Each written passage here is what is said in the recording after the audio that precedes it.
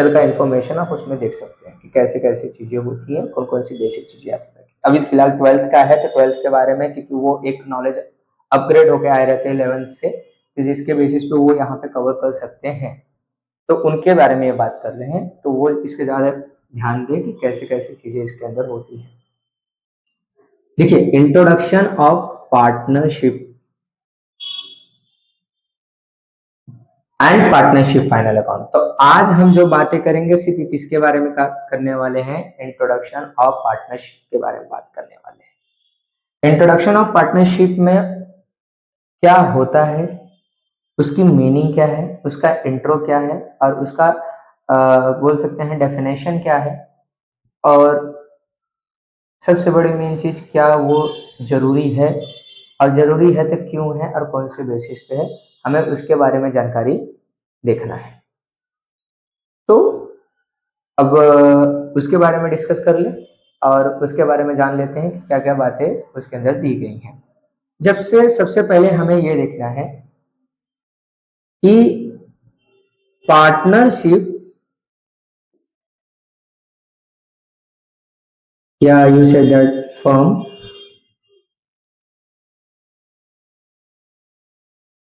इसकी जरूरत क्यों पड़ी। तो इसका भी बेस आपको 11th में मिलेगा। जब आप 11th का अकाउंट आप पढ़ रहे थे तो वो अकाउंट जो था वो सोल था, जिसे सोल प्रोप्राइटरशिप भी कहा जाता है, single seller sole trading concern भी कहा जाता है। उसके रिलेटेड वो फॉर्म किया गया था।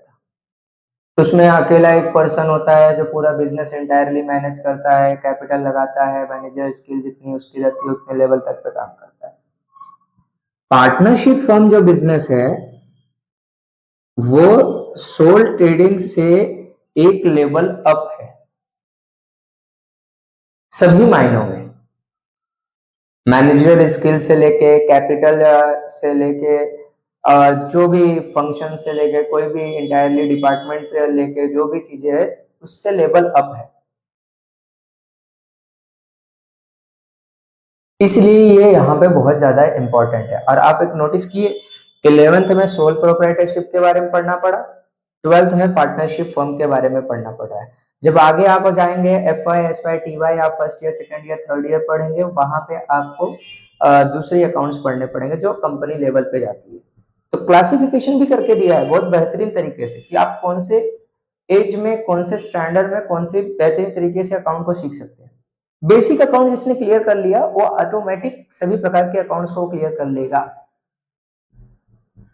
यस, तो हमें इन सभी बातों पे ध्यान देना है।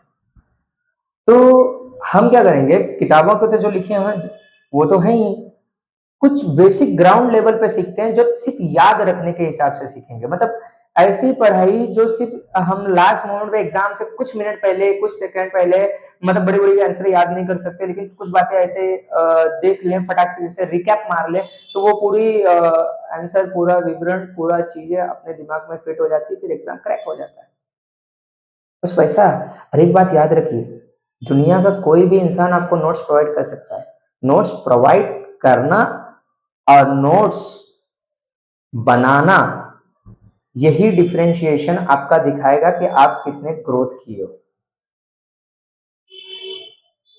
अगर आप दूसरे सहारों पे डिपेंड होना शुरू हो जाओगे तो फिर आप डिपेंड ही रहोगे। तो डिपेंड ना होके आप क्या कीजिए, आप हेल्प मांगिए, आप एक तरीके के एडवाइस लीजिए, आप एक तरीके से कंसल्ट कीजिए, किसी से भी बातें चीज कर सकते हैं, आप उसे समझ सकते हैं, नहीं आ रहा है, नहीं और यहाँ पे मैं फंस चुका हूँ, कैसे इसके आगे निकला जा सकता है, वो गाइडेंस आप ले सकते हैं। लेकिन नोट्स खुद से बनाइए, बनाइए, बनाते रहिए। एक बार फेल होंगे, दो बार फेल होंगे, तीन बार फेल होंगे, चार बार फेल होंगे, लेकिन एक दिन ना एक दिन कामयाब जरूर होंगे।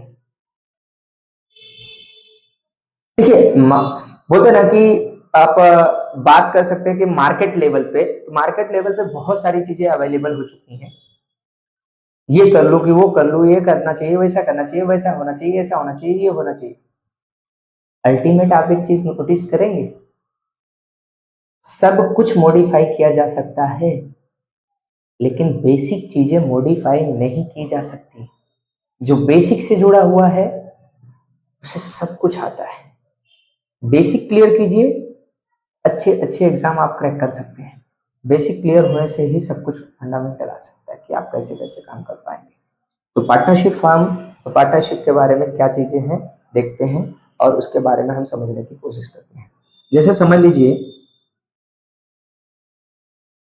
दो फ्रेंड है,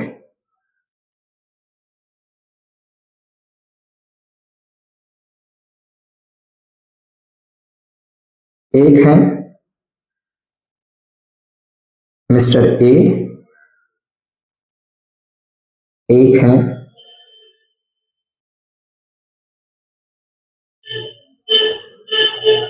मिस्टर बी।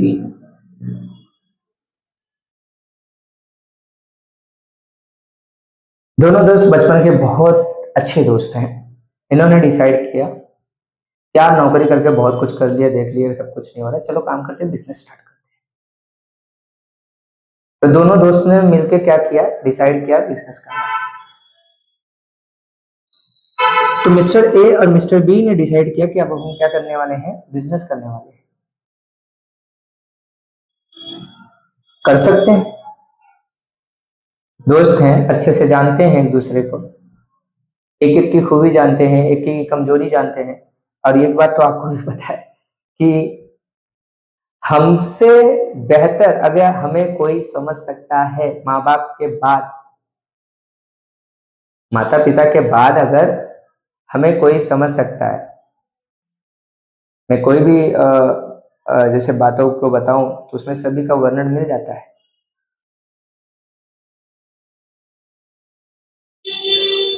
तो हमारे दोस्त हमें अच्छे से समझ सकते हैं।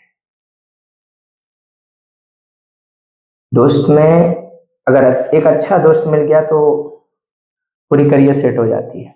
तो मिस्टर ए मिस्टर बी इसी प्रकार से एक दोस्ती है, उन्होंने फॉर्म चालू किया, बिजनेस करने के लिए चालू किया। तो देखो आप कॉन्सेप्ट समझिए, मिस्टर ए मिस्टर बी दो अलग पर्सन है और एक से ज्यादा है, दो अलग पर्सन है और एक से क्या है, ज्यादा। अगर सिर्फ मिस्टर ए होते तो सोल प्रोप्राइटरशिप हो जाता। ए और बी है, ये एक से ज्यादा है ना, तो ये क्या हो गए, दो पर्सन हो गए। तो इसी को इंग्लिश में ट्रांसलेट करो और इसको फ्रेम करो। तो फ्रेम करोगे तो क्या हो जाएगा, when two or more than two person when two or more than two person come together undertaking the business activities as per the agreed ratio, as per the terms and conditions, कोई भी formation ले सकते हैं, that is called as a partnership. किताबी भाषा नहीं बता रहा हूं, एक नॉर्मल बेसिक पे भाषा पे याद रखा हुआ शब्द बता रहा हूं।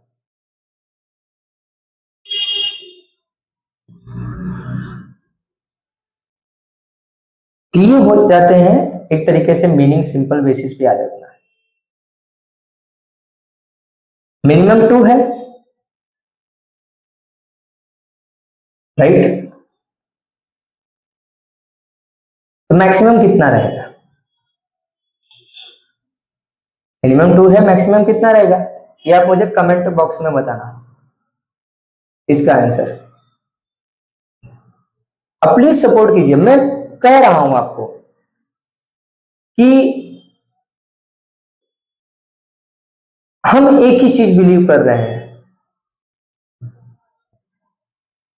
शिक्षा किसी भी तरीके से बच्चे तक पहुंचनी चाहिए, पहुंचाई जाए, और उसके लिए जितना प्रयास किया जा सके उतना प्रयास करनी चाहिए। तो मिनिमम दो हो गए, मैक्सिमम कितना होगा ये आप बताएंगे, ठीक है, क्योंकि आप भी पढ़े हुए हैं, क्योंकि हम तो मिड टाइम पे ये चीजें स्टार्ट किए, क्योंकि बहुत सारी चीजों को देख रहे हैं, बच्चों को फेस होने वाले, तो जो पढ़े हैं वो बताइए, जैसा नहीं रहेगा, अगर नहीं रहेगा तो आप बताना, मैं बताऊंगा आपको, ठीक, कोई बात नहीं।